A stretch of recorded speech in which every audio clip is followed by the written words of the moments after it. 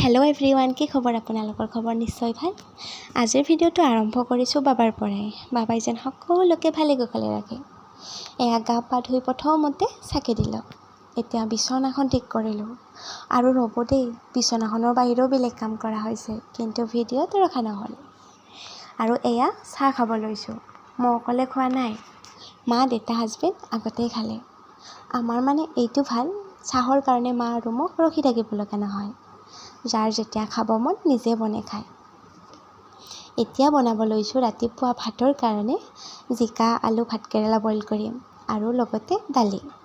এনেকৈনো কোনে কোনে খাই ভাল পায় ক'ব দেই, আমি কিন্তু পাই এনেকৈয়ে খাওঁ। আৰু এতিয়া আহিছোঁ আমাৰ মুৰ্গী ফাৰ্মখনলৈ।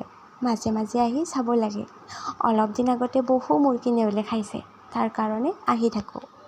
আৰু আজিৰ ভিডিঅ'টো ইমানেই আছিল। আজিলৈ বাই বাই।